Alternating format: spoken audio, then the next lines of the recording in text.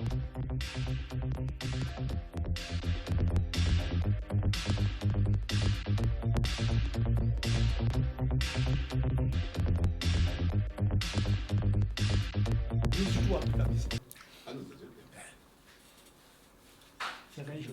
nous, là, comment il fait là? C'est à toi. Oui, C'est à toi. c'est bon, ça va. Ok, alors. Sommes-nous à l'aube d'un nouveau monde qui s'impose, enfin, qui impose son rythme à nous? Notre savoir-faire et notre savoir-être sont-ils efficaces face à la pandémie? Seule la technologie vaccinale semble la solution pour sauver sa peau. Mais gouverner n'est pas facile en démocratie. Quoi que l'on fasse, il y aura toujours des mécontents, à tort ou à raison.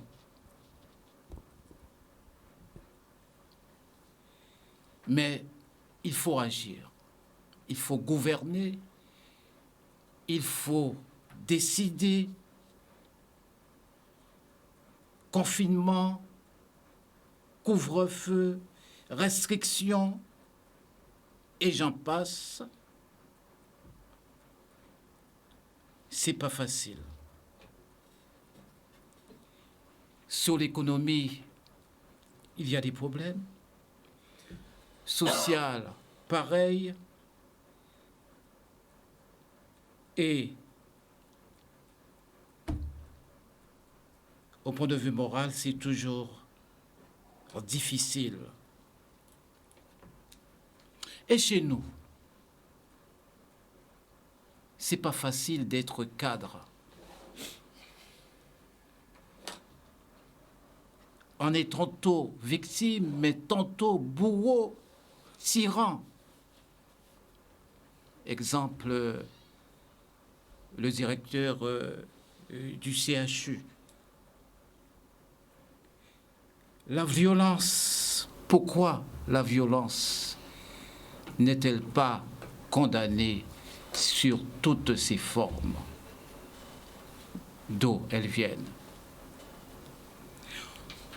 On verra bien. Mesdames, Messieurs, bonne année, meilleurs vœux. Monsieur Seymour. Alors, bonjour à vous, Monsieur Mondry, content de vous retrouver. Bonjour à vous. Et aussi, je me permets quand même d'adresser un bonjour bien appuyé, si vous me permettez. Quand je dis Mesdames, Messieurs, d'accord, mais je m'adresse aux téléspectateurs. Je peux y aller? Oui, allez. Bonjour à vous, bonjour à vous, chers amis du plateau. Et aussi, surtout, bonne année 2022, parce que j'ai eu un problème de portable, j'ai perdu tous mes numéros. Je n'ai pas pu échanger avec vous, surtout pour vous souhaiter bonne année.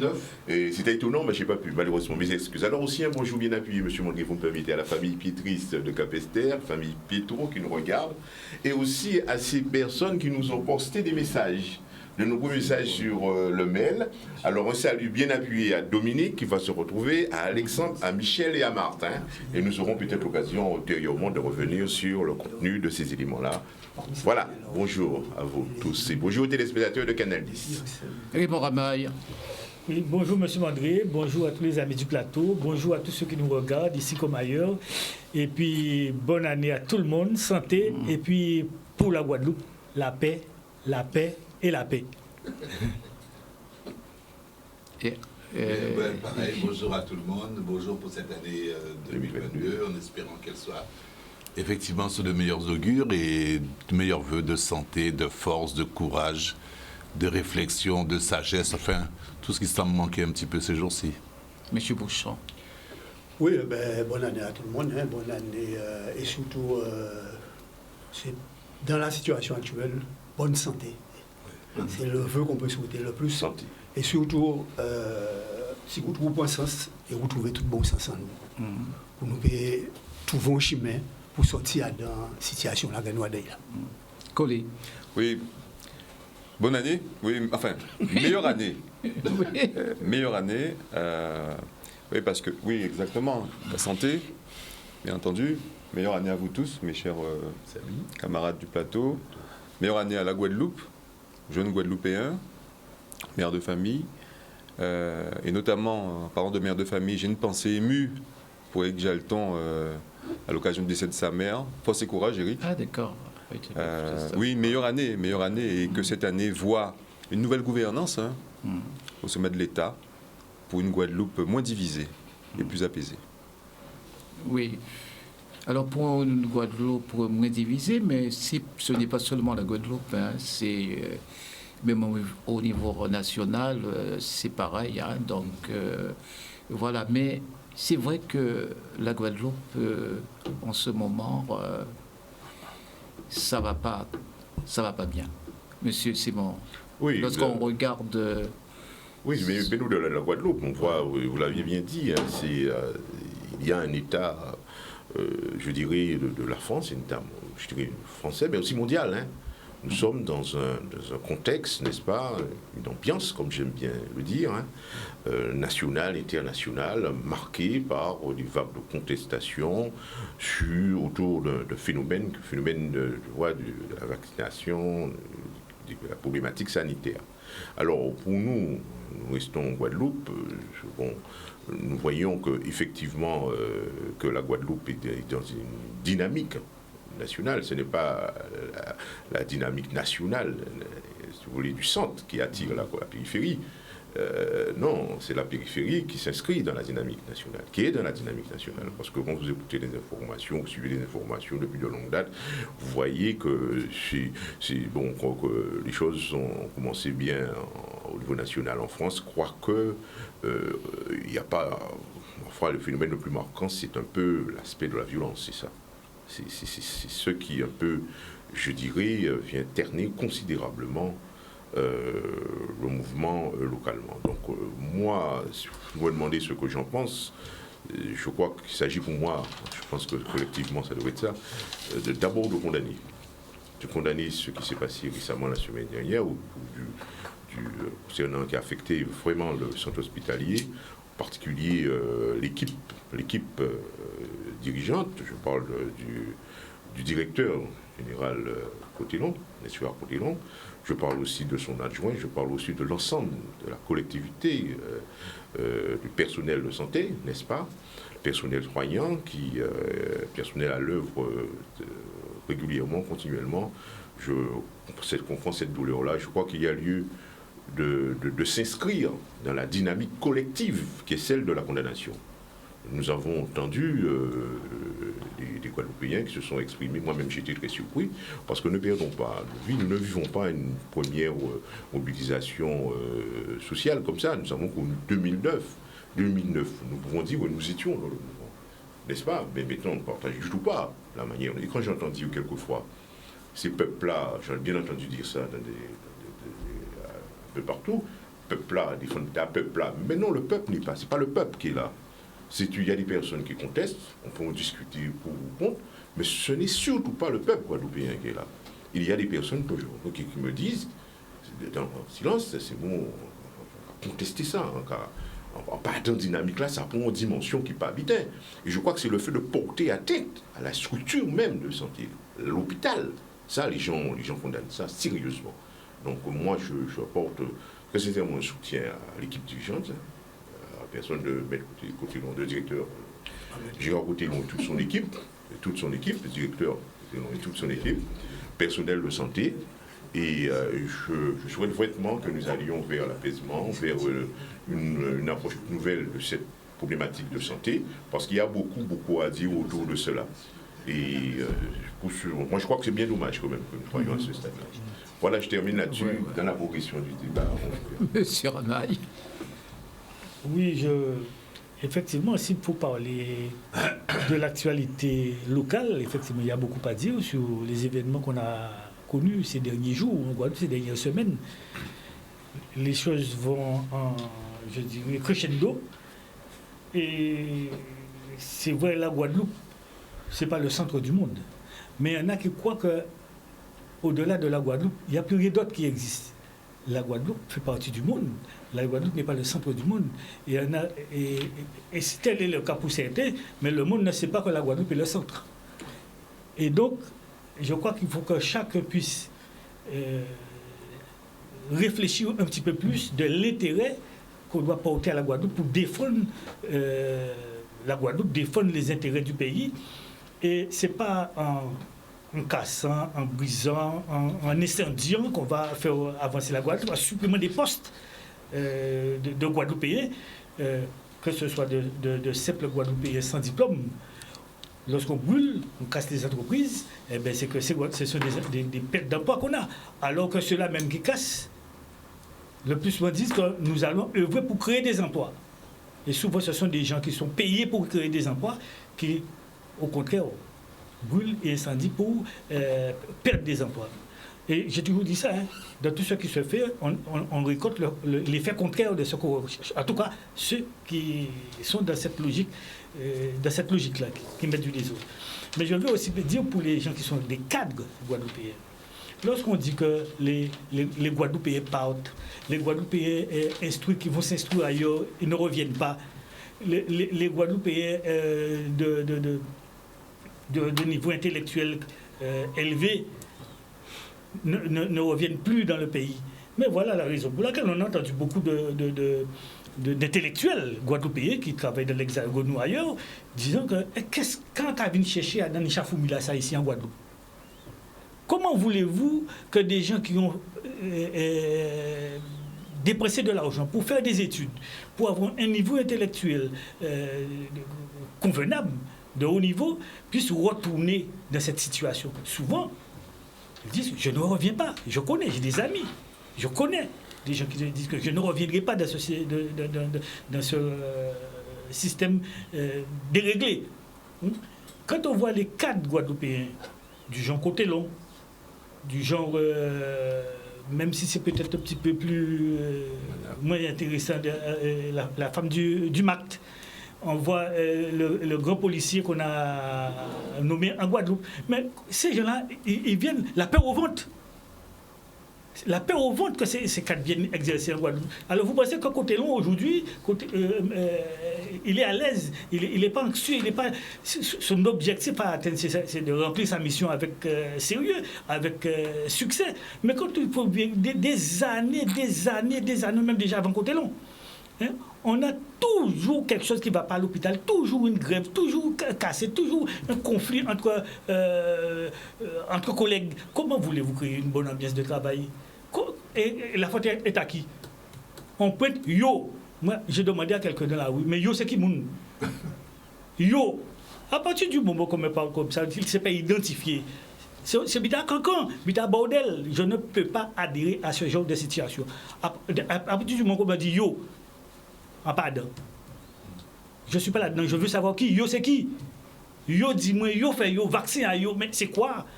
Mais il faut trouver, être plus raisonnable que ça. Et ce sont des gens, et je termine, on va revenir, mais ce sont des gens qui, dans une démocratie de haut niveau, comme la démocratie française, utilisent cette démocratie pour appliquer leur dictature, sachant que au nom de la loi de la République, des lois de la République, de la démocratie, on ne pourra pas réagir. Et il faut n'importe quoi. Hein, et ils ont mis un bouclier humain autour d'eux. Ils utilisent les Guadeloupéens, certains Guadeloupéens comme bouclier humain, pour appliquer leur dictature et empêcher, au nom de la République française, des lois de la République française, au nom de la démocratie, d'exercer la loi. Mais je demande au procureur de la République d'appliquer la loi, rien que la loi et toute la loi. Ça, c'est M. Raymond Ramaille. Ah oui. Espéronnel, oui, lorsque vous entendez les deux, Simon et Ramaille, alors, M. Côté-Long, il est victime ou... Non, c'est plus compliqué. Bon, non, bien sûr qu'il est victime d'un avocat. Ouais, il n'est pas bourreau. J'ai bien dit votre introduction. Il n'est pas bourreau, bon, mais en même temps, il est dans une position difficile, d'exécuteur, et il est payé pour ça, il est fonctionnaire pour ça, et machin. Donc effectivement, il fait son boulot, il fait sa mission. Mais quand vous me donnez la comparaison, enfin pas la comparaison, mais les gens par rapport à Ahmed, bon, je suis dans la même lignée, même si le vocabulaire est un petit peu différent. Je crois que ce qui est spécifique, parce qu'on va quand même parler de spécificité guadeloupéenne, c'est pas dans le contenu. Bon, la violence, attendez, c'est pas d'aujourd'hui qu'elle existe dans les rapports sociaux. On a parlé des gilets jaunes, on a parlé des ceci, des cela. Bon, ça existe pas. C'est pas dans le contenu, c'est pas un problème. Ça, si, c'est un problème de civilisation, de développement. Mais enfin, la violence, il n'y a pas une hiérarchie ou de violence. Il y a des degrés peut-être différents de violence, mais la violence, c'est la violence. Elle est en tout état, elle est condamnable. Surtout chez nous. Donc, démocratie avancée, comme tu disais, qui est quand même un gain d'une évolution globale, même si la notion de démocratie, ça fait longtemps que je dis que la démocratie est en danger parce qu'elle n'a pas les outils pour se protéger, se défendre elle-même par rapport à tous les impérialistes, tous les dictats qui viennent d'ailleurs. Et donc, l'ennemi de la démocratie est un ennemi intérieur, à la différence des fameux ennemis traditionnels. Donc, il n'y a pas de problème le problème n'est pas de contenu. La violence, ce n'est pas une spécificité guadeloupéenne, c'est une spécificité de rapports sociaux, c'est une spécificité de niveau de développement, de fractures, de choses qui se passent dans le global comme dans le local. C'est tout ce qu'on a dit, il n'y a pas de problème. Ce qui m'interpelle beaucoup plus, c'est la démarche en Guadeloupe. Et là, c'est spécifique à la Guadeloupe, la démarche qui est associée à cette violence. Et là, cette démarche-là, c'est finalement, comment ce moteur de la violence se met en marche et par rapport à quel type de finalité. Si c'est une violence fondatrice, comme on dit, qui est faite pour créer un ordre nouveau, pour lutter contre les inégalités profondes, pour créer quelque chose, elle ne se justifie toujours pas, mais on comprend que c'est une énergétique sociétale, dont le but est la transformation, l'évolution ou la révolution. Et on la connaît dans l'histoire avec ses meneurs, ses leaders et ses phares. Ce n'est pas le cas ici.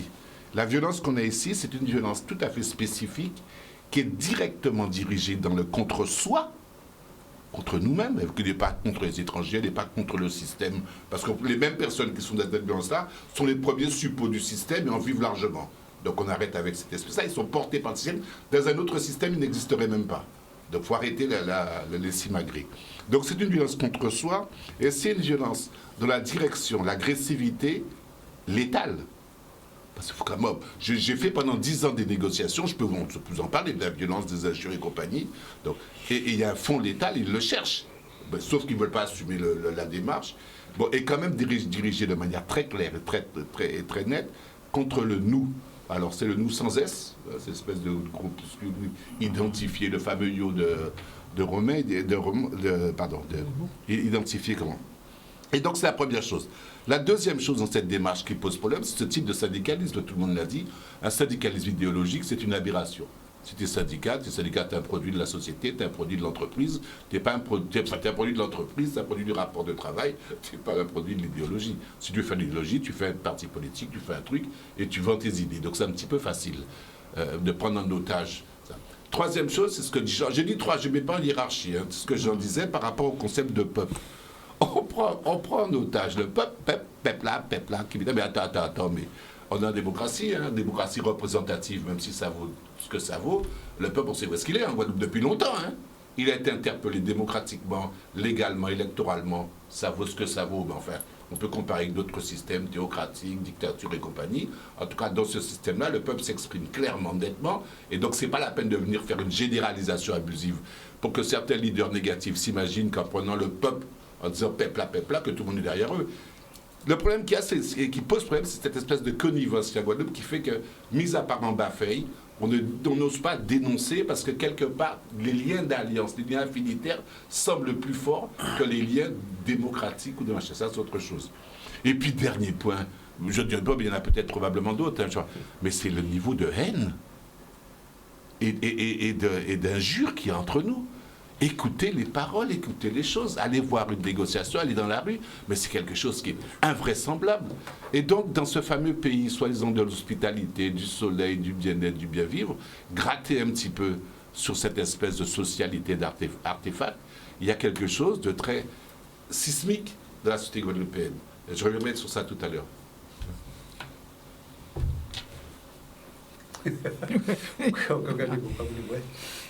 Non. Attendons l'objet, bon, on dit qu'on ne va pas on partage au Martini, les metteurs, Quand on partage, après, dit les metteurs en même genre là. Certainement pas. ouais. Bon, premièrement, les problèmes à la violence, il faut nous très clair. En général, la violence, société en nous, c'est une société qui fait dans la violence. Depuis massacre les Amérindiens en passant par tout le but. Bon, c'est une société qui fait et qui naît dans la violence. Et les rapports entre les mouns en Guadeloupe, les rapports en particulier au niveau de travail, étaient toujours des rapports violents. Nous pouvons cacher nous en ça, toutes les grandes grèves, trouvées à l'époque, en 1910, etc., trouvées avaient en face la police, l'armée, à partir de la police, la gendarmerie, l'armée, les forces coloniales, qui ont fait des fusils en travail. Et qui ont c'est ça qui était la réalité. Pourquoi? Parce qu'ils étaient aux ordres des usiniers, et les usiniers, c'est eux qui étaient dominés, etc. La violence a toujours existé dans la société en nous, et la violence toujours trouvée en réaction par rapport à violence qui était exercée en les populations-là, en les peuples-là, leur aurait été réclamé un certain nombre de biens, etc. Donc la violence toujours existé dans la société en nous. Bon. Mais en réalité, il n'y a pas de problème à la violence en tant que telle. La violence n'a pas seulement dans la société en nous, dans toutes les autres sociétés. Dans le monde, il a toujours existé. Et d'ailleurs, vous avez rappelé ça, la violence a accouché de révolution et de transformation. Là, vous voyez le peuple français lever chaud contre roi, il a coupé le roi, c'était bien la violence, il a coupé le roi. Bon, à l'époque, ça était incompréhensible dans le monde. Enfin, bon. Et là, on voit le colonialisme installé dans des pays.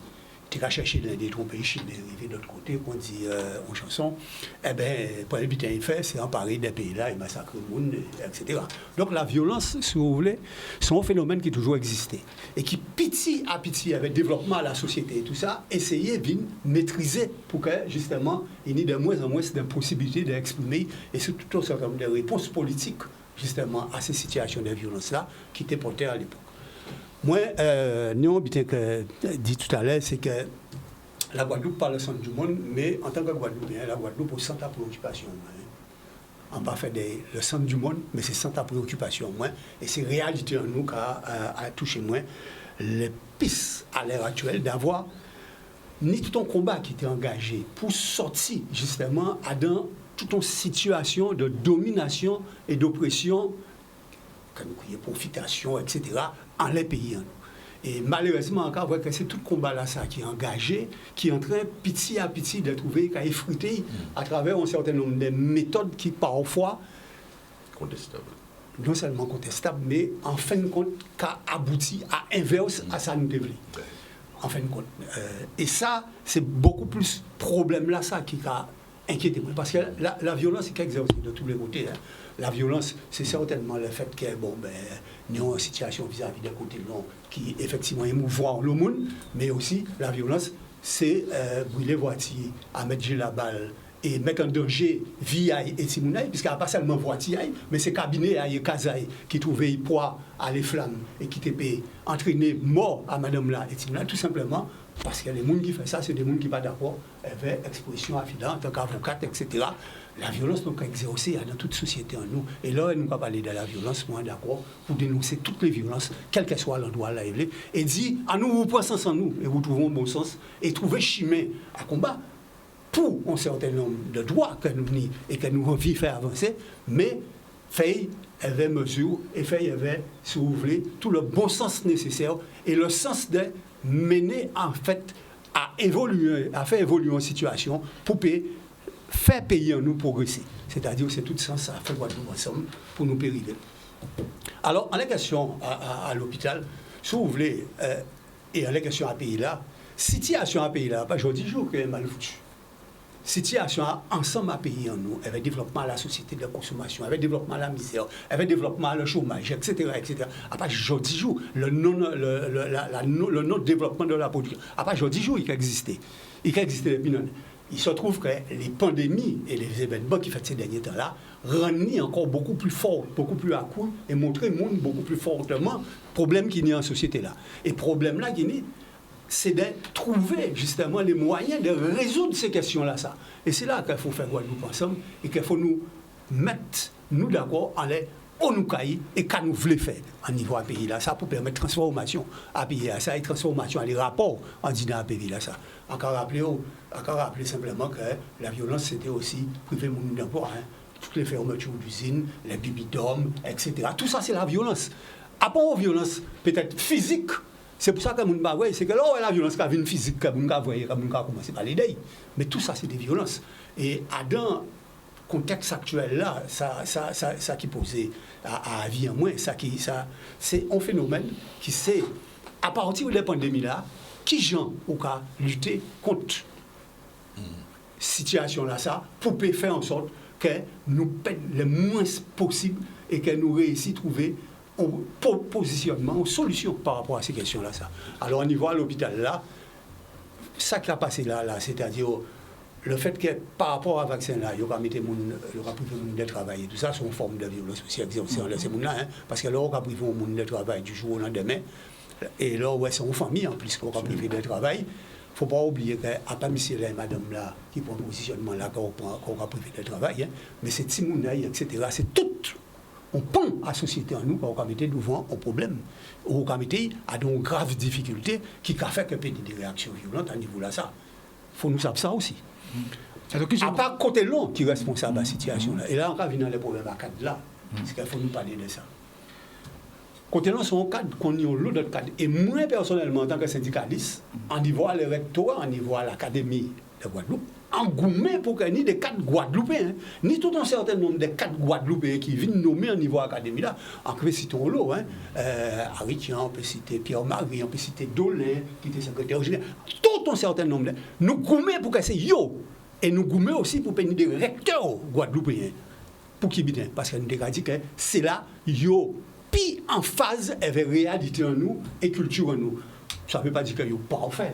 Mais pour nous, ça a été extrêmement important parce que c'était un moyen pour permettre nous de mieux maîtriser la société en nous et essayer d'avancer pour aller plus loin. Donc, on cadre, et en cas songer, nous avons invité nous à une grande réunion, on est encore des à Babano, être cadre dans l'éducation en Guadeloupe. Et nous avons pour le positionnement, nous, on laisse ça. Quand ça y est, être cadre dans l'éducation en Guadeloupe, puisque c'est dans le domaine là ça que nous avons parlé.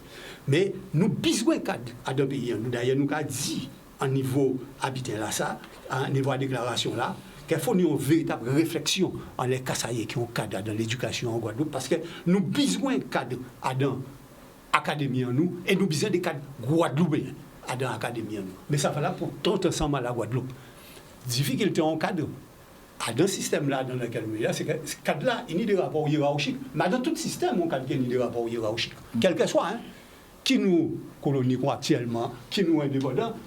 On cadre qu'il y a des rapports hiérarchiques avec le pouvoir, effectivement, administratif, mais qui est lié au pouvoir politique, tout le monde sait ça. Donc, on cadre. Il y a à la fois une certaine liberté qui est permise à l'interprétation, mise en place, etc. Mais, la liberté, il a ça, illimitée par le rapport hiérarchique là, qui a obligé, en tant que cadre, à ou bien soumettre lui, ou bien accepter souvent un certain nombre d'habitants. Donc, en réalité, lors où décision prise, à pas cadre là qui s'est ennemi là. C'est Tala qui prend décision là. Moi, en préféré, quand nous tournons vers Tala qui prend décision là, et Tala qui a dit que je veux un maire là, alors là, Tala n'a pas appris ce qui a été évité à ça. Tala, oui. Et représentant haïtien, qui s'est préfet là, etc. Mais pas nécessairement les cadres guadeloupéens là. Même si, on peut reprocher certains bitins. Parce que, à part, quoi de tout bitin, hein, on peut d'accord avec nous, on ne peut pas d'accord avec un certain nombre de décisions qu'il prend. Dans tout combat que nous menons, par exemple, nous pas jamais demandé mettre un chef d'établissement dehors. Ça va donner bon sens. Et son cadre, hein, il ne faut pas oublier un pouvoir hiérarchique, mais qu'à appliquer politique électorale là, même si nous ne sommes pas d'accord avec la politique électorale là, et nous avons des discussions, nous avons des députés, nous avons des actions que nous avons menées. Mais à part un cadre là que nous devons prendre, c'est à cela qui devons prendre décision là que nous devons.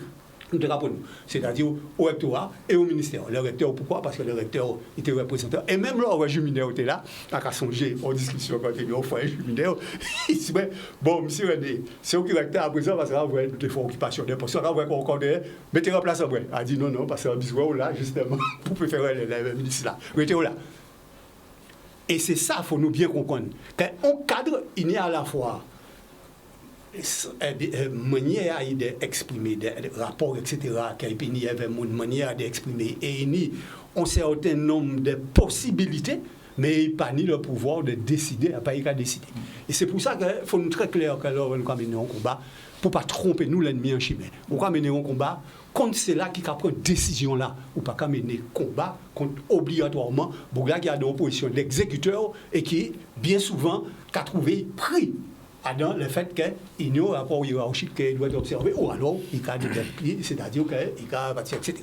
Ça, il faut nous bien comprendre ça. Pour qui? D'avoir nous besoin de cadre en Guadeloupe. Nous avons besoin de cadre parce que les cadres, c'est des gens qui ont expertise, qui ont expérience, qui ont un certain nombre de formations et tout ça. Et nous besoin de parce qu'une société, il n'est pas faite uniquement et pas organisée uniquement avec travailler, mais quand elle va faire même on va dire ça parce qu'on cadre son travailleur contre tout travail. Donc, il ne peut pas organiser uniquement avec une catégorie sociale, mais avec ensemble à les côtés catégorie sociale qui amenait à la fois diriger et organiser le pays là. C'est ça que je voulais dire. Donc, oui. Eh bien, nous arrivons déjà à la pause chocolat, chaud, café. Et oui, nous revoilà avec Monsieur Collet. Monsieur Collet, oui. C'est difficile d'être cadre local, je dirais, noir, et surtout dans ce pays Guadeloupe. Parce que souvent, j'entends dire que, bon, ben, on préférait que ce soit un blanc qui en tête à l'institution là. Alors, on est qui là, oui. Et il connaît vie sans nous, il a foutu difficile, il faut le dire, ouais, que, comme c'est nous-mêmes, un pépé passant fit et fente. Monsieur Collet. C'est particulier parce que c'est une drôle de réalité. C'est une drôle de réalité laquelle j'ai du mal à comprendre, à situer, mais force est de constater qu'il y a des cadres guadeloupéens et qu'il y en aura d'autres là-dessus sur ça. Et puis c'est un positionnement assez particulier encore, hein, et moi j'entendais un peu tout ce qui était dit à un moment, religieusement d'ailleurs, assez intéressant ce qui est dit, et je crois que pour arriver à vous répondre, il faudrait peut-être appeler un peu de circonspection. Est-ce que ces cadres, ou ce cadre singulièrement, dans quelle logique il agit? Est-ce qu'il agit, et vous verrez un peu mon analyse dessus, c'est de se demander est-ce qu'il agit en tant que soldat de la République, en ce sens qu'il en devient un fantassin, et tout ce qui est dit en haut il applique, point trait, et est-ce qu'il est au fond un patriote guadeloupéen? C'est là se situe peut-être sa dialectique ou son combat. Rester fidèle à l'état de droit, ou l'état d'obligation de droit, ou l'état peut-être de non-droit, c'est discutable, en face de cette situation d'obligation vaccinale. Et cohéremment à ça, est-ce que sa contradiction, parce qu'il est guadeloupéen quand même, c'est pas de se dire, mais mince, j'ai en face de moi mes compatriotes. J'ai en face de moi des frères, des sœurs. C'est ça. Et est-ce que, au fond, je suis patriote guadeloupéen ou marron? Est-ce que je dois être dans du marronnage? Donc, il y a des curseurs, ou un curseur, à, je dirais, géométrie variable. Et puis, dans tout cela, il y a une question de courage. Oui, parce qu'il faut être courageux pour être soldat de la République et fantassin et accepter de pouvoir imposer justement à ses frères et sœurs, bien évidemment, le respect d'une loi aussi scélérate soit-elle, aussi incompréhensible soit-elle.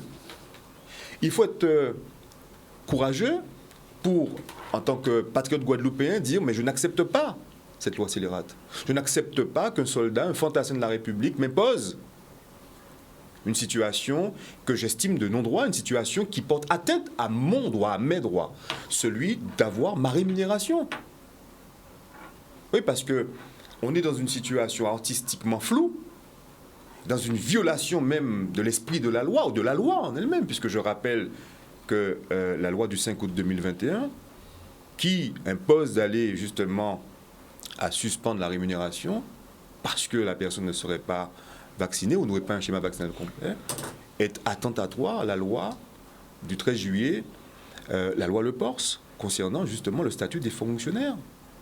Parce que cette loi dit bien qu'il s'agit de pouvoir, quand il est question de suspension d'un agent, son corollaire, c'est le maintien de la rémunération. On crée, je l'ai toujours appelé, un droit d'exception particulier. On crée une sanction qui n'est pas écrite. Il y a une violence dans cette façon de faire. Avec la nouvelle loi qui va arriver bientôt sur l'obligation vaccinale, et avec les propos assortis du propos du chef de l'État, j'emmerde les non-vaccinés, ce qui est grave. Il y a une forme de violence, il y a une forme d'insécurité sur la notion même de citoyen que je suis. Oui, parce que cette loi va créer, et attendez-vous à cela, une situation de non-citoyenneté, puisqu'il l'a dit lui-même.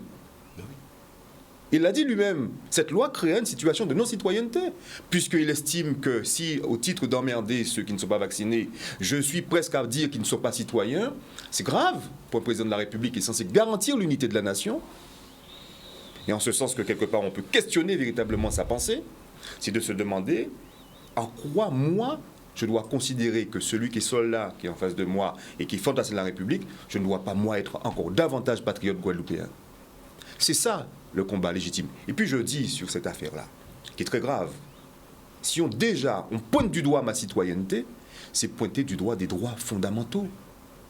Parce que, au titre de la citoyenneté, vous avez des droits subséquents qui sont véritablement la construction même de ma citoyenneté, mon appartenance à une nation, ce que je suis en tant que Guadeloupéen. Autrement dit, ma liberté d'aller et venir. Et c'est ce qui se fera avec cette loi scélérate. C'est m'empêcher d'aller et venir là où je dois pouvoir aller. C'est m'empêcher de travailler. C'est ça qui se passe, alors que la loi dit bien qu'il y a un principe d'égalité, justement, des citoyens vis-à-vis tout simplement de l'emploi public et privé. On m'interdira de travailler. C'est ce qui se fait actuellement. Et puis, il y a aussi un corollaire qui est non négligeable, et je crois que je l'ai noté ici, parce que ça c'est très important. C'est l'égalité de tout ce que nous sommes, en tant que citoyens, devant la loi, sans discrimination de notre appartenance ni religieuse, ni de couleur de peau. Et il faudra rajouter, avec une distinction sur son état de santé. C'est ça qu'il faudra rajouter. Donc on crée des situations, des citoyens de seconde zone, on crée un apartheid sanitaire, et donc en face de ça, M. Mandré, écoutez-moi, vous savez, le marquis de Lafayette disait, devant une telle situation, l'insurrection est le plus noble des devoirs. Est-ce que vous pensez que diviser la France comme elle l'est déjà, diviser la Guadeloupe, la frapper, la briser, on doit rester en silence? Il faut être courageux pour dire non à certains fantassins de la République. Il faut dire non à la parole publique qui n'est plus une parole de vérité, puisqu'elle est galvaudée. Aujourd'hui, le chef du gouvernement, le chef de l'État dit cela, il dit son contraire. Je ne sais plus à quoi tenir dessus. Il faut dire non à une situation qui est opposable à tous, une situation de droit d'exception qui favorise certains, alors que nous, on peut demander aussi une adaptation de la loi. Il y a une situation qui appelle le courage politique de nos élus devant ce fait-là. Oui, il faut être courageux pour dire non. Il ne faut pas dire qu'une loi ne s'abroge pas. Une loi, on peut abroger une loi. Hein? Mais il y a une composante politique qui doit pouvoir mener un combat. Et aujourd'hui, à quelques encablures d'une élection présidentielle, certains se cherchent. Certains se cherchent pour être soit adoubés, soit tout simplement être féodés, soit pour prêter allégeance là-dessus. Je ne me méprends pas, je ne confondrai pas démocratie participative et démagogie active pour certains d'entre eux là-dessus. Donc, vous voyez, certains cadres guadeloupéens ils ont cette dure lecture. Est-ce qu'ils doivent agir en tant que soldats ou en tant que patriotes? Moi, je préférais ceux qui agissent surtout en tant que patriotes. Alors, monsieur Simon, c'est vraiment difficile à la fois gouverner et être cadre. Dans ce pays-là, c'est difficile. En Guadeloupe. Et mais... je disais la manière dont on identifie le cadre local. Et on disait que soit il est à la fois victime et tyran. On le perçoit souvent comme ça. Parce qu'il qu'il dit que, bon, lui, il applique les textes. Hein. On peut le concevoir, on pourrait éventuellement le concevoir comme ça. Mais il faut bien se dire que un cadre, c'est un cadre. Il ne faut pas parler d'un cadre avec un profil de cadre imaginaire ou utopique. Nous sommes dans un espace politique. Nous sommes dans un espace institutionnel. Un cadre, il est formé pour être cadre.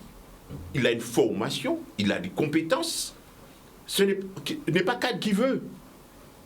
Vous êtes formé, vous avez un profil, vous n'êtes pas, je dirais, toujours formé de manière aveugle pour vous inscrire dans la contestation de ceux qui vous ont formé ou de ceux pour lesquels vous assumez une mission. Vous êtes cadre, vous avez un profil, vous avez de l'expérience, vous avez enfin la compétence, vous devez servir l'institution. C'est très clair et net. Si on parle d'autre chose, on ne connaît pas la fonction de cadre. Vous ne pouvez pas être directeur et aller contester ce que le ministre a décidé. Sinon, vous quittez la fonction et vous vous mettez à côté pour discuter, pour contester. Donc il faut que nous soyons très clairs là-dessus. Sur la question de la Guadeloupe, on parle de cadre noir. Je dis qu'il y a des cadres et des cadres. Oui, il faut savoir, il faut le dire. Je parle de cadres, des gens qui assument leur mission dans la fonction publique, que ce soit la fonction publique d'État, la fonction publique hospitalière ou la fonction publique territoriale. Ils sont là pour assumer des fonctions précises et ils doivent avoir un comportement de cadre parce qu'ils ont été préparés, ils ont été moulés pour la fonction. Sinon, eh bien, vous allez vous faire débarquer. C'est ça. Que ce soit ceux qui ont fait l'INA ou qui ont fait des choses politiques, ils le savent très bien. Vous êtes préparés pour ça, on vous prépare pour ces organisations. Et nous serons dans notre pays, à nous, Guadeloupe, avec les institutions, les statuts que nous allons mettre en place. Nous allons former nos cadres. Nos cadres n'ont pas forcément la même configuration, même architecture en termes de formation, que les cadres que nous avons maintenant qui viennent de France. Nous aurons nos cadres.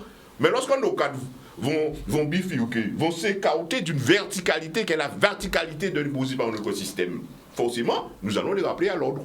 Donc, dans tout espace, il y a des cadres qu'on envoie, qu'on a formés pour faire fonctionner les institutions.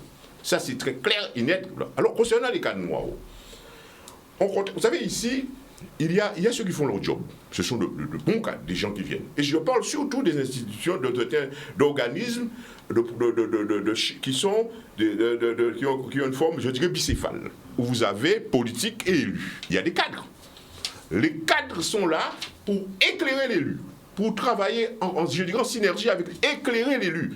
Quand un élu décide, vous êtes un cadre administratif, vous êtes un directeur DGS ou du moins, je dirais même chef de cabinet, conseiller, conseiller, proche de cadre, vous pouvez discuter avec l'élu et lui dire, attention, il y a ceci qui ne cadre pas avec les dispositions en vigueur. Vous éclairez l'élu. Parce que l'élu, c'est quelqu'un qui vient de la population, qui est élu, il assume sa présidence, mais il doit être éclairé, encadré par un cadre bien formé. Ça, c'est très clair et net. Mais très souvent, nous voyons, c'est pas ça qui se fait, c'est l'élu qui décide. Très souvent, on le voit, il n'écoute même pas le cadre. Ça, on arrive ça. Il y a ceux encore qui sont très attentifs, qui sont conscients de leur rôle d'élu, et qui se disent que, bon voilà, j'ai un cadre. Et le cadre, il est là pour, bien entendu, éclairer l'élu, mais en même temps, il est derrière l'élu. Parce que c'est l'élu qui va rendre des résultats sur le terrain. Vous parlez de politique territoriale, en fait, qui va rendre compte sur le terrain, et le cadre, lui, il fait le travail. Vous voyez très bien, quand on sort un peu sur le terrain, vous voyez le cadre, le directeur, il se met derrière l'élu. Il ne se met pas devant l'élu. S'il est devant l'élu, ce n'est pas sa place. Il doit être à côté de l'élu. Et quand l'élu parle, il imagine déjà le discours. C'est lui qui prend le petit papier qui va glisser pour l'élu. Parce qu'il connaît le discours qu'il va tenir. Il est là pour l'éclairer, il va l'encadrer. Alors, concernant les cadres noirs, il y a de bons cadres noirs. Mais je connais des cadres noirs, je vois en Guadeloupe, des Guadeloupéens qui existent, qui sont cadres. Je me dis que ce sont eux qui bloquent le système. Je vois ça. Oui, il y a ceux qui font bien leur job. Il y a ceux qui font très bien leur job. Pour moi, côté là, il faut bien son job. On a eu celui qui était à la sécurité sociale. Yakou, c'est quelqu'un qui a bien fait son job. Il y a beaucoup qui font bien leur job. Mais il y a des cadres, je prends mon écran, il y a des niveaux, des cadres de haut niveau, il y a des cadres aussi intermédiaires, il y a le personnel d'exécution. Mais dans beaucoup de structures, vous voyez surtout il y a des cadres intermédiaires, personnel intermédiaire, eh bien, qui ne fait pas bien le job. Au point où des fois, ils sont obligés d'être rappelés à l'ordre par l'instance hiérarchique que le directeur, ou bien des fois, très souvent, ce sont eux qui font le modèle. Donc, en fait, on veut vous dire, ici, nous parlons souvent de fan-chou, on le sait. Ce n'est pas toujours le personnel d'exécution. Des fois, c'est un cadre. Et c'est ça, c'est malheureux. C'est un cadre de chez nous, un noir, un antillais, un guadeloupéen. C'est quand mettre wash en moulin à l'économie là. C'est quand mettre wash en moulin à système là. On voit ça dans les institutions. En fonction de l'endroit où vous évoluez, vous fonctionnez, vous voyez des choses que vous pouvez contester.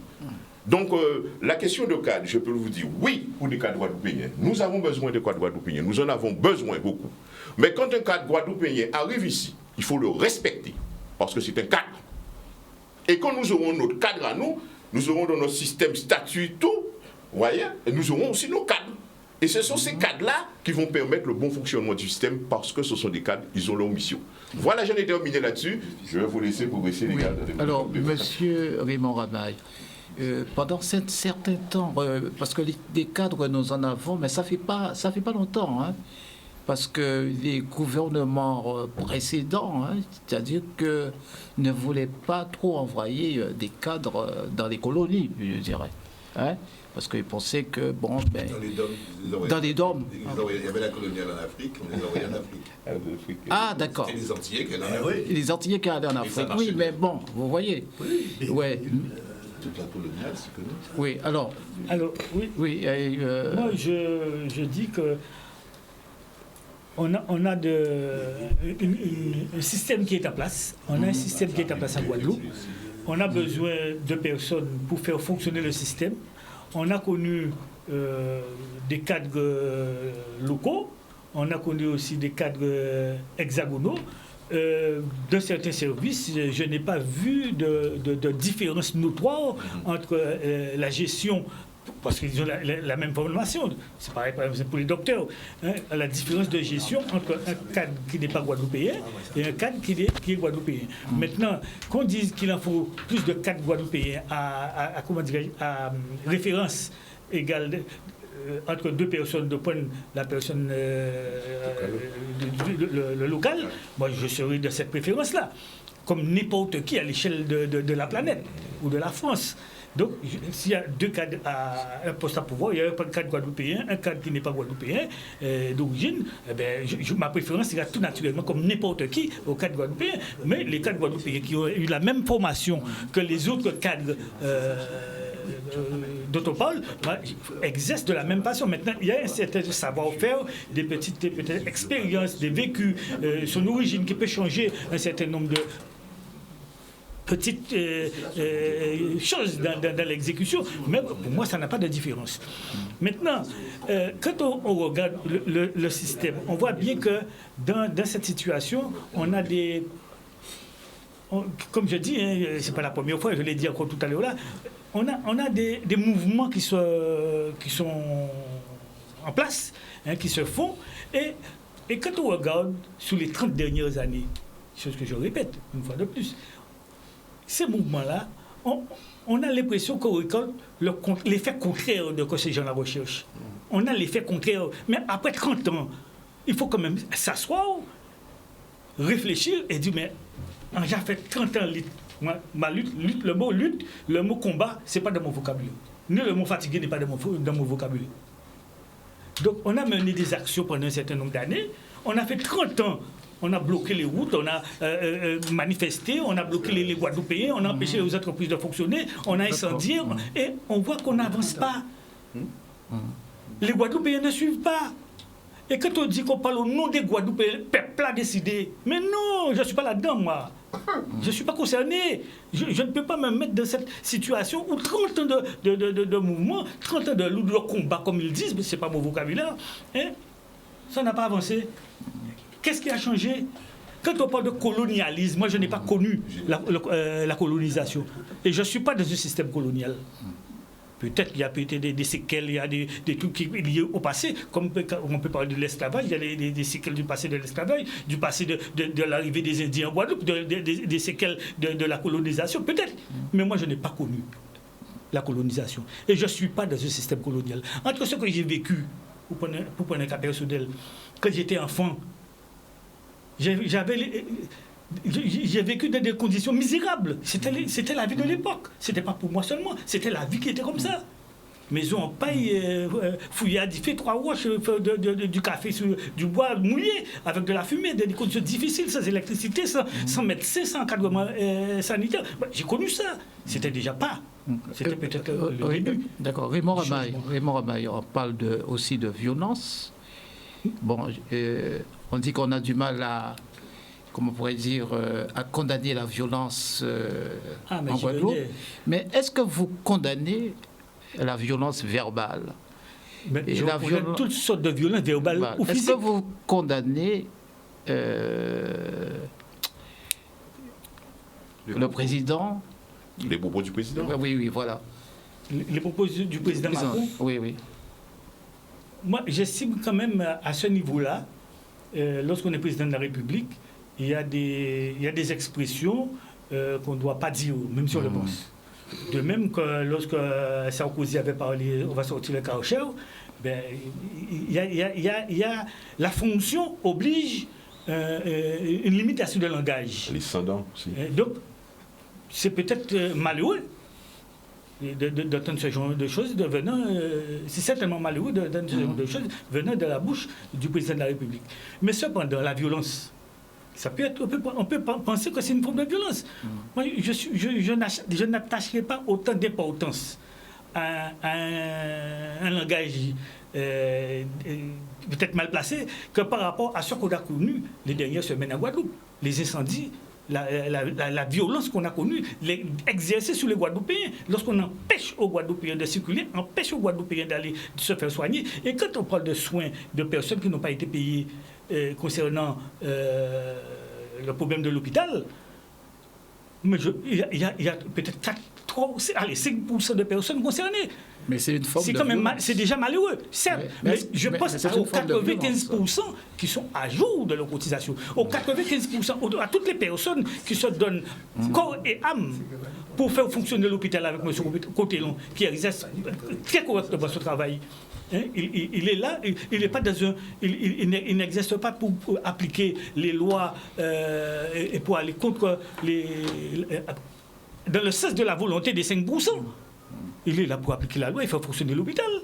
Et ça se passe très bien. Même, on voit qu'il y a des entraves. Malgré les entraves, on a brisé, on a détérioré du matériel neuf à l'hôpital. Mais si ces gens, normalement, quand on détériore, il faut à ces gens-là de réparer ce qu'ils ont détérioré. Lorsqu'on bloque les routes, on coupe les arbres, on boule le bitume.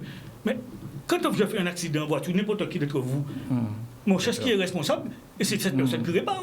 Mais pourquoi ces gens-là ne réparent pas? Ils ont foutu les voitures sur la route, sali la Guadeloupe, coupé les arbres de la Guadeloupe. Il faut que ces gens-la payent. On ne peut pas continuer comme ça indéfiniment et puis les gens passent. Merci. Et yo qui a passé nettoyer. Yo qui a passé nettoyer. C'est nous le président. Bien ça bien qui m'ont yo. Espéronel. Oui. Revenant. Et puis je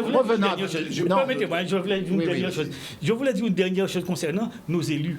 Moi, je suis celui qui attache de l'importance à ce qu'on ait des élus. C'est ça la vie démocratique. Mais aussi, je trouve qu'il a été...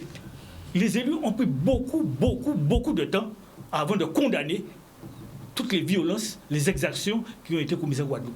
Et enfin, je dirais, nos élus se sont positionnés dans cette situation. Parce que quand les élus, qu'ils le sachent, d'accord. L'électorat de ces élus-là, ce n'est certainement pas ceux qui battent le pavé. Revenons avec les cadres. Justement, parce que je disais à un certain moment, c'est-à-dire qu'avec les gouvernements précédents, on n'envoyait pas des cadres dans les DOM, plutôt. Alors, non, mais sur les cadres, moi je rejoins complètement, et pour cause, ce que j'en disais, bon, c'est pas sur le dom-bottom, les cadres ont un rôle bien précis. Dans les années 50, jusqu'à 60-70, les cadres antillais qui étaient brillants, etc., étaient envoyés en Afrique, étaient envoyés au Vietnam, étaient envoyés dans toute l'ancienne Indochine, l'ancienne Afrique, et ils servaient à la coloniale, ils servaient, etc., ils faisaient leur boulot, ils le faisaient très bien, et mieux, puisqu'ils étaient là, justement là, il y avait le complexe noir aussi, ils faisaient plus facilement dépasser leur loi parce qu'ils étaient noirs et que dans d'autres endroits. Je connais bien l'Afrique noire, et j'ai eu beaucoup de commentaires à l'époque quand j'y allais, de personnes qui ont fonctionné sur de la gouvernance antillaise. Et d'ailleurs, les Antillaises étaient à cette époque-là, les années 80-90, très mal vus. Parce que c'était eux qui faisaient passer les schémas d'aliénation. Bon, sur la Guadeloupe, ce n'était pas le cas. Ça a toujours été des métros qui venaient parce que le système voulait défendre ses privilèges de classe, de système. À la Martinique, la Guyane. Oui, la Martinique. Sauf que éventuellement, ce qu'on faisait, c'est que les Martiniquais venaient diriger la Guadeloupe, mais les Guadeloupéens n'avaient pas dirigé la Martinique. Hein. Ça existait longtemps, notamment au rectorat, des choses comme ça. Mais ça, c'est des épiphénomènes. C'est pas ça qui est dedans. Ce qui m'intéresse, c'est plus. Je vais revenir, parce que ça je ne vais pas rester longtemps, mais quand même. Par rapport à ce que j'en disais, un cadre, c'est quelqu'un qui crée les conditions pour que les autres travaillent. C'est la définition même du cadre. Et c'est pour ça qu'il plie, et c'est son expertise. Ça n'a rien à voir avec le patriotisme, une classe patriote, ça ne veut rien dire du tout. Ou alors éventuellement c'est un militaire, il va faire la guerre. Il est payé pour faire fonctionner un système dans lequel ce système lui a donné sa crédibilité et sa légitimité. Et lui, par rapport à ça, il est assigné à une fonction qu'il doit assumer. Et pour reprendre ce que tu disais tout à l'heure par rapport à ce événement, un cadre, ça se soumet ou ça se démet. Point, barre. J'étais cadre, j'étais pas content à un moment donné, je me suis barré. Parce que je pouvais faire autre chose. Etc. C'est pas plus compliqué que ça. Donc ne demandons pas au cadre de résoudre des problèmes qui ne sont pas les siens. Son problème à lui, c'est la pyramide. Alors, tu parlais de verticalité, c'est les lignes de commandement. Il a un niveau bien précis dans la hiérarchie, dans la ligne de commandement, et il est chargé de faire passer ce qui vient dessus vers un niveau N-1. Et c'est tout. Et il faut qu'il soit cohérent par rapport à ça. Maintenant, s'il a des états d'âme, s'il n'est pas d'accord avec le système, s'il n'est pas ceci, s'il n'est pas cela, mais qu'il aille se faire voir ailleurs de manière la plus claire et nette. Alors, je dis ça d'autant plus que je travaille beaucoup depuis une dizaine d'années sur le leadership antillais. On va dire sur le leadership, d'ailleurs, par rapport à un cadre. Parce que là aussi, il y a une confusion entre manager et leader. Un cadre, c'est un manager. Il a pour manager, il a les fonctions pour ça, il a les compétences pour ça, et les cadres antillais sont le plus souvent excellents. Ils sont pratiquement à chaque fois majors de leur promotion. Et moi, j'ai connu beaucoup de cadres qui sont venus s'installer ici et que leurs entreprises d'origine, enfin leur école d'origine, ou leur maison d'origine ne voulaient pas les laisser partir parce qu'ils étaient trop bons là où ils étaient. Et comme par hasard, du jour au lendemain, quand ils arrivent en Guadeloupe, ils ne sont pas bons. Bon, je ne sais pas. Alors, je vais revenir sur un truc. Excuse-moi, je vais faire un peu d'écart pour sortir un peu de tout le débat dans lequel on est et essayer de donner un peu d'ampleur. On a un problème syndical. Ça a été dit, c'était à 3 niveaux. Et je vais revenir après sur mon idée principale, c'est le complexe d'usurpateurs des syndicats qui veulent usurper le pouvoir, le leadership des autres, dont ils n'ont pas la légitimité, et le complexe de ce que j'appelle Michel Morin, qui veut que... Ils sont chefs partout, par rapport à l'expert qui, lui, a sa verticalité. Le premier problème, là, on est en fin de génération. Alors, nous sommes, Jean, René et moi, de la génération tout à la fois baby boomer et d'autre part post-68 et la GEG et compagnie. René, il faut que tu fasses les avis d'obsèques de cette génération-là. Post-67. Post-67, parce que cette génération-là portait toutes les espérances. C'est autoproclamé, hein, parce que bon, avec des espérances pas possibles, on a réussi, on a fait notre vie, on a fait ceci, on a fait cela. En tout cas, on a été confrontés en même temps à nos illusions, mais qui étaient des utopies fondatrices. Attention, ce n'était pas des illusions. C'était puissant, c'était fédérateur, et ça créait une synergie avec quelque chose. Mais on n'a pas pu, ou on n'a pas su, mais on n'est pas les seuls, être confrontés à la société de consommation, à la société addictive, et à la problématique des identités plurielles. Est-ce qu'on est français, est-ce qu'on est caribéen, est-ce qu'on est africain, est-ce qu'on est internationaliste, est-ce qu'on est intermondialiste, ça fait tout ça. Donc on a eu en Guadeloupe un choc. Le choc de civilisation a eu lieu beaucoup plus fort et de génération, parce qu'on reviendra par rapport aux syndicats sur le choc de génération transgénérationnel entre les syndicats d'aujourd'hui, qui n'ont rien à voir avec les syndicats pionniers de l'époque. Maintenant, c'est des gestionnaires, mais ils ne gèrent pas ils n'ont pas de leadership et ils veulent gérer le pays à la place des autres. C'est la première chose. La deuxième chose qui est importante, donc la première chose, c'est donc la fin d'une génération, et je ne sais pas qu'est-ce qui va venir après. Alors, pour être très très clair par rapport à ce que je dis, après Domota, après Gaby Clavier, je ne parle même pas d'Évariste, Nombertin et compagnie, je ne vois rien venir. Bon, tu me diras que c'est pareil au niveau des politiques, après du 7, après ceci, après cela, personne n'a fait de dauphin. Mais enfin, on verra. Mais le syndicat a quand même une capacité de régénérescence qui est plus forte, mais dans un autre système. La deuxième chose, c'est l'échec idéologique dans lequel on est maintenant. Toutes les idéologies se sont écroulées, messieurs, depuis longtemps.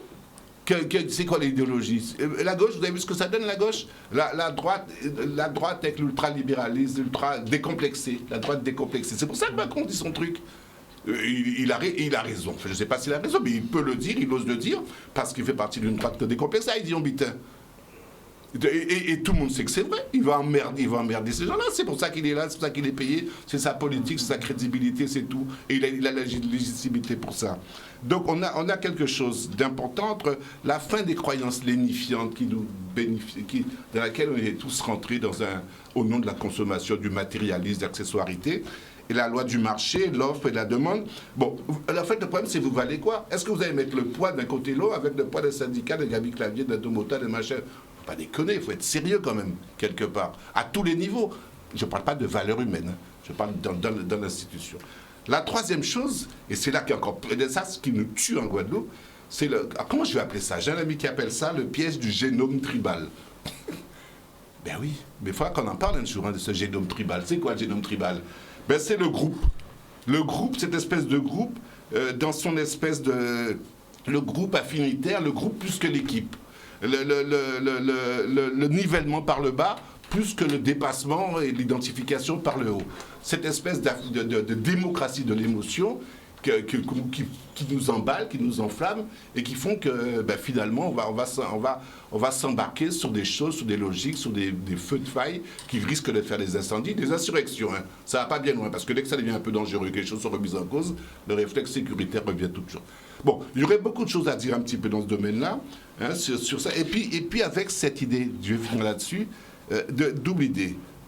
Actuellement en Guadeloupe, le statut de l'usurpation et de l'usurpateur. Les gens veulent la place de l'autre. Être calife à la place du calife, sans jouer le jeu, sans accepter les règles du jeu. Hein? Vous voulez être élu à la place des élus, ils sont tous couillons, ils sont tous ceci, ils sont tous cela, mais vous n'êtes pas foutu d'avoir 4 voix. Même votre famille ne vote pas pour vous. Mais vous êtes grand éloquent, vous êtes grand leader, parce qu'il n'y a pas de problème là-dessus. La deuxième chose, j'appelle ça le complexe de Michel Morin. Ça veut dire que tout le monde savent peut-être toute vitesse. C'est comme j'ai des amis haïtiens, que j'adore, hein. Ils savent, tu leur donnes un plan, il faut un plan de ferraillage, il faut un plan de béton, il faut un plan de sable, il faut de l'eau, il faut tout. Et là, on a dit c'est à tout le monde. Et ce complexe de Michel Morin, c'est cette manie qu'on a en Guadeloupe de nier, de dénier la compétence de l'expert. Et je vous signale entre parenthèses que les experts qui existent, ce n'est pas vous qui avez leur donné leur expertise. Ils ont été chercher leurs compétences, leurs performances ailleurs. Et après, ils viennent en Guadeloupe, et comme par hasard, en Guadeloupe, le couillon. Ben, il y a un problème. Et bon, je vais arrêter là parce qu'il faut que personne parle. Mais il y a une réflexion à avoir entre la dimension socio-culturelle et quelque chose qui est de l'ordre de l'identitaire, des représentations qui nous plombent, et la dimension sociopolitique qui est celle de l'engagement, de l'implication et de la marche en avant. Il y a l'interface, l'interaction entre les deux et mérite d'être approfondie. Oui. Bouchon, oui. Non, comme je reviens à un certain nombre d'invités qui a dit, moi, moi la déclaration, ça me dit. C'est en quelle année, Jean? Je ne me rappelle même plus. Ben, 70. Je n'étais plus secrétaire général. Non, mais c'est vrai, je demande ça exprès parce que secrétaire général entre-temps, il y a eu un renversement des valeurs. Non, c'est mon nouveau secrétaire général qui avait, c'est Marie-Émile qui était secrétaire général à ce moment. Le cadre de l'éducation en Guadeloupe sera reconnu par ses compétences, sa conscience aiguisée de la réalité socio-culturelle du pays, mais aussi par sa capacité d'inventivité et d'adaptabilité. Un bon cadre doit manier avec pertinence les concepts de management, être à l'écoute des réalités, des attentes du terrain, du contexte socio-culturel, tout en faisant preuve d'une rigueur exceptionnelle. Oui. Ça, c'est vous. Hein. En Guadeloupe, un cadre ne peut manager comme autre part. Et on avait précisé... Oui, faites ça. En Guadeloupe, un cadre ne peut ménager comme partout ailleurs, au Bordeaux, etc., ou la Réunion. Même comme à la Réunion. Bon, et là, si vous voulez, nous réclamions la chose suivante. Un véritable plan de formation des cadres de l'éducation sur le rapport à l'autorité, la gestion de réunions et les techniques de l'animation de groupes d'adultes. Et ce que nous disions à ce moment-là était basé sur l'expérience que nous tenions. Alors, en termes de dire, Raymond, quand même, on bitin, moi, on voit toute différence qui était entre mon recteur antillais, c'était le cas juminaire, et un recteur français. Il était qu'à comprendre ça, nous t'ai dit. Ça que le recteur français, là, alors, il était qu'à venir ici, pas qu'à comprendre. Ça, nous t'ai dit sur les réalités sur les réalités culturelles, etc. Et il va comprendre et il agit.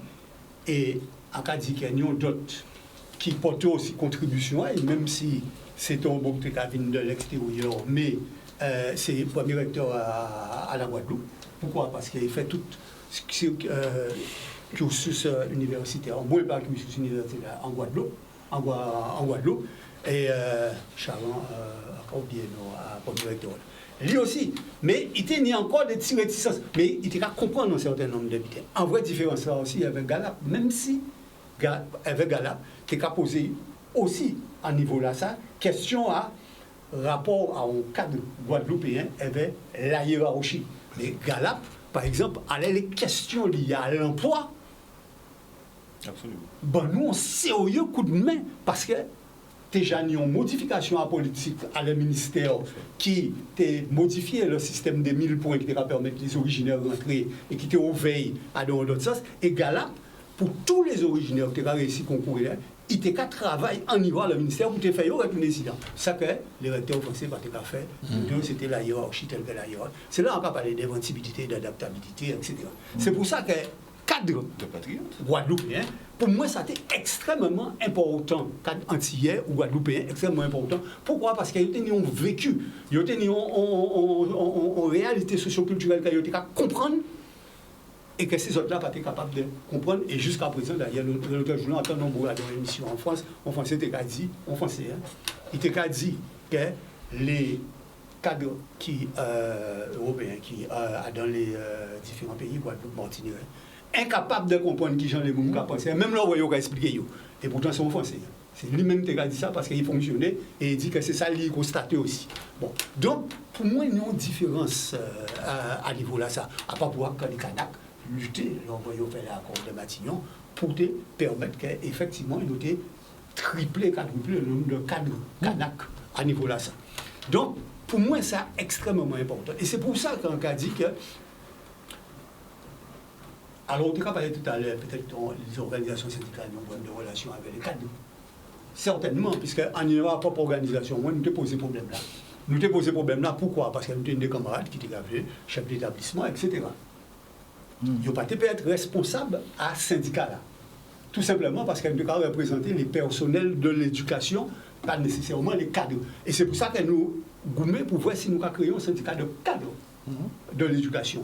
À niveau là, ça, avec lesquels nous devons faire une fédération. Pourquoi? Parce que ces cadres-là, ils ont effectivement partager un certain nombre de points de vue, même si en tant que cadre, ils ont une propre réalité à eux, ils ont à vivre aussi à niveau là. Ça. On cadre, après on agent à la direction. Même s'il y a un rapport hiérarchique avec la direction, si vous considérez au départ qu'on agent à la direction, alors on va se rendre de tout cadre guadeloupéen, pas j'ai une cadre encore. Ça qui n'est pas possible. Nous avons besoin de cadres. Et là, à niveau là, ça, c'est une question de rapport, si vous voulez, avec les cadres. Pourquoi? Parce qu'il y a des tiennent ont certaines compétences, ont certaines expertises qui profitables à tout ensemble à ce secteur-là, à les secteurs-là, il n'y a pas de travail.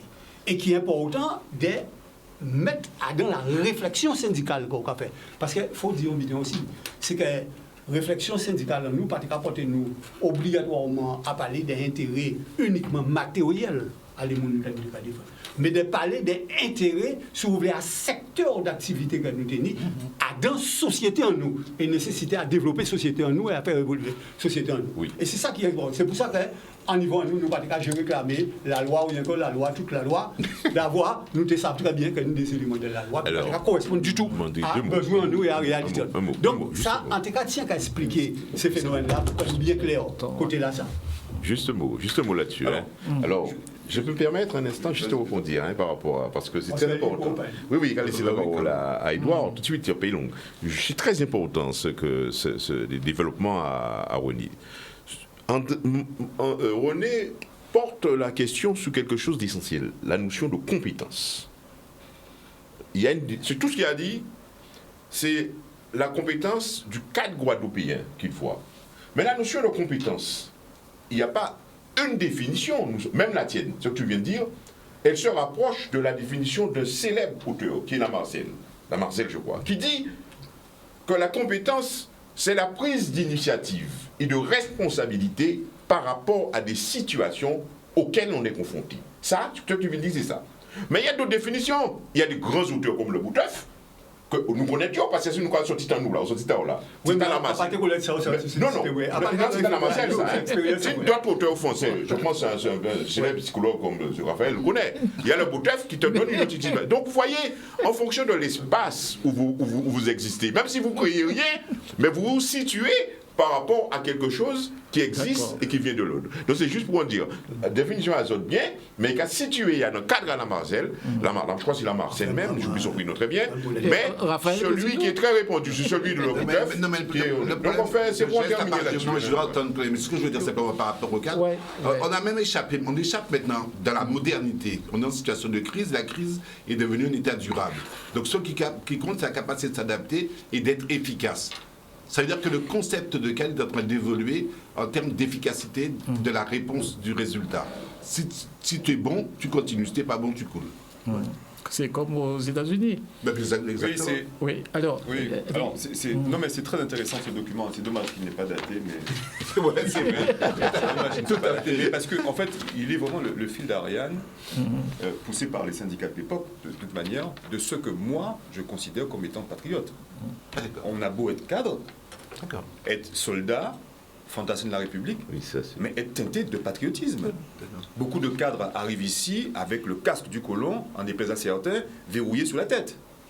Moi, j'entends, je lis, en Guadeloupe, un cadre ne peut manager comme à Bordeaux, comme à La Réunion. C'est très intéressant. On crée une situation sui generis où on demande à un cadre, au-delà d'avoir de la compétence, mais d'avoir un potentiel de mutabilité, d'adaptabilité de ces compétences-là. Et j'en veux pour preuve. Qu'est-ce qu'a été justement Jean-Paul Proust à la Guadeloupe, si ce n'est qu'il a été très patriote, le préfet de l'époque? Qu'est-ce qu'a été justement Marcel Pirot à l'occasion de certains conflits, si ce n'est qu'elle a été patriote? Et tu l'as dit, c'est vrai. Camille Galap, que j'ai côtoyé, que j'ai vu à l'œuvre là-dessus, effectivement, a été patriote. Il y a des Guadeloupéens, cadres, qui sont des patriotes et qui sont justement sur une ligne de crête entre justement être soldat de la République, donc fantassin, et patriote guadeloupéen. Et ils arrivent à le faire. Bon an, mal an, là-dessus sur ça. Et j'appelle de mes voeux que nous soyons ceci. Mais je questionne aussi la question qui est le corollaire de ce que je qualifierais de visage de la République ici. Quand j'entends qu'on me dit qu'on ne voit pas un territoire colonial, qu'on ne voit pas une situation coloniale, mais j'en m'en émeus. Mais ça se voit tous les jours. Il n'y a qu'à voir dans les institutions françaises que justement on peut questionner de la préfiguration de ces visages-là en disant pourquoi on a plus une préférence nationale qu'une préférence locale. Alors que à diplôme constant, à parcours académique constant ou à parcours universitaire constant, voire même expérience constante, on est sur un pied d'égalité. Non, on préfère la Corrèze qu'aux Zambèzes. Donc justement, cette situation inédite, cette situation particulière doit appeler une adaptation de nos cadres. Oui, ils doivent s'adapter à notre situation, à notre topologie ethno-sociologique. Ça, c'est important pour moi, ça. C'est important. Pas besoin de citer pas en grand hauteur. J'ai une réalité contemporaine qui est celle de mon territoire et j'ai besoin qu'on s'y adapte. Oui. Alors, juste sur la problématique des cadres, ça, parce qu'on est vraiment dessus depuis un bon bout de temps et beaucoup de cadres, notamment dans le privé, ont déjà fait ce chemin-là, alors que dans les espaces territoriaux, enfin, les institutions, ils sont très en retard, ils essaient de rattraper.